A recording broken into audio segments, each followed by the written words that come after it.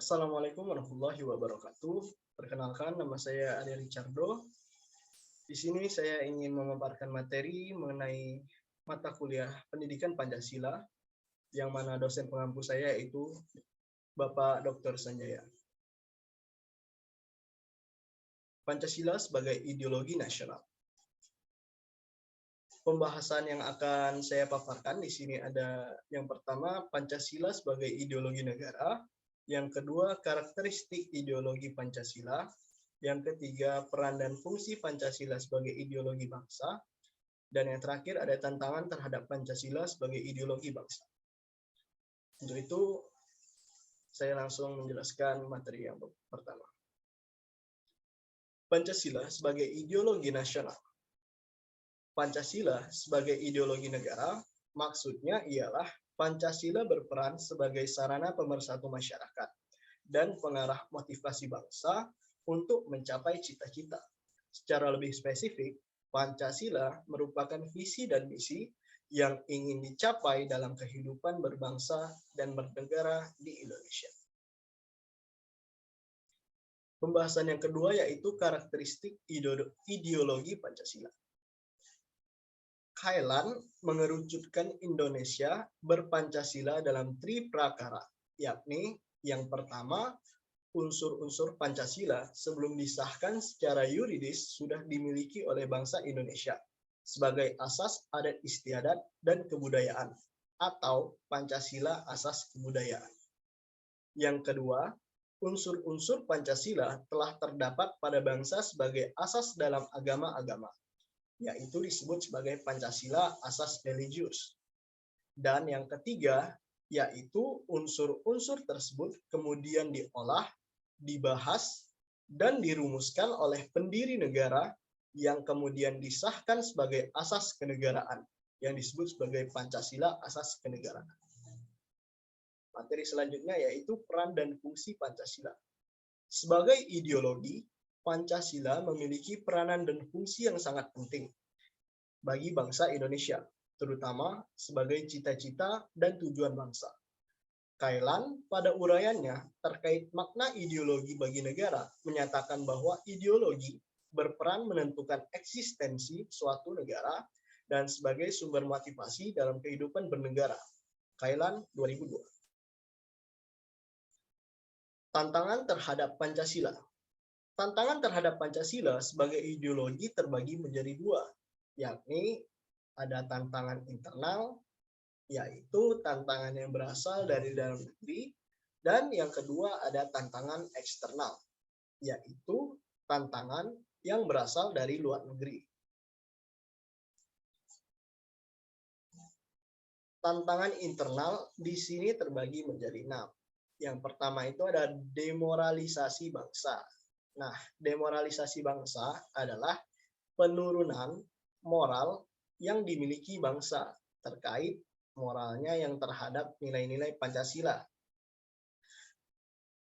Demoralisasi bangsa terjadi karena banyaknya anak muda yang tidak mengetahui tentang apa itu nilai-nilai Pancasila dan tidak mengimplementasikan nilai Pancasila dalam kehidupannya berbangsa maupun bernegara. Yang kedua, ancaman disintegrasi bangsa. Disintegrasi bangsa adalah upaya untuk memecah belahkan wilayah di dalam negara Kesatuan Republik Indonesia. Nah, jadi ancaman disintegrasi bangsa ini merupakan tantangan internal terhadap Pancasila sebagai ideologi negara. Karena jika negara Kesatuan Republik Indonesia terpecah dan banyak terjadi bentrokan, maka ideologi negara Pancasila tidak akan diterapkan atau diimplementasikan dalam kehidupan berbangsa dan bernegara. Yang ketiga ada lemahnya penegakan hukum. Lemahnya penegakan hukum ini ya seperti yang kita lihat dan kita ketahui di Indonesia, penegakan hukum masih sangat lemah dan bisa dikatakan sebagai tantangan internal untuk Pancasila. Karena Pancasila itu mengagungkan hukum dan meyakini bahwa hukum adalah keadilan sosial bagi seluruh rakyat Indonesia. Jika hukum belum adil, maka ideologi Pancasila berarti belum diterapkan dalam kehidupan bernegara. Yang keempat yaitu munculnya gerakan untuk mengubah Pancasila. Ya, ini gerakan separatis dan gerakan-gerakan pemberontakan lain yang ingin merubah ideologi menjadi ideologi yang mereka inginkan. Yang kelima, ada kecenderungan munculnya pemaksaan kehendak. Nah, dari pemaksaan kehendak ini, maka seseorang akan memaksakan kehendaknya untuk mengubah ideologi. Seperti yang kita ketahui pada zaman dahulu, banyak para pengikut PKI yang memaksakan kehendaknya agar ideologi diubah menjadi ideologi komunis. Dan yang terakhir yaitu belum meratanya kesejahteraan sosial. Nah, belum meratanya kesejahteraan mengartikan bahwa sila kedua Pancasila belum diterapkan. Kemanusiaan yang adil dan beradab. Jadi, jika belum meratanya kesejahteraan, itu menunjukkan nilai-nilai Pancasila di negara ini belum diterapkan secara baik.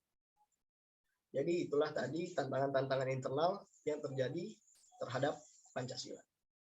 Selanjutnya yaitu tantangan eksternal. Tantangan eksternal di sini terbagi menjadi 3. Yang pertama ada globalisasi. Globalisasi yaitu menjadi tantangan eksternal pertama terhadap Pancasila. Karena perkembangan dunia global yang menyebabkan arus informasi masuk secara cepat dan sangat efisien ke dalam negara ini, menjadi banyaknya budaya-budaya asing yang masuk ke dalam Indonesia. Budaya-budaya asing ini tanpa disadari sudah terserap oleh para pemuda Indonesia. Contohnya budaya K-pop, budaya Western atau budaya Barat, dan budaya-budaya lainnya.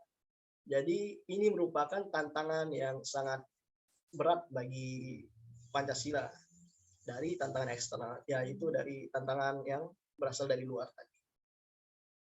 Yang kedua, desakan ideologi lain.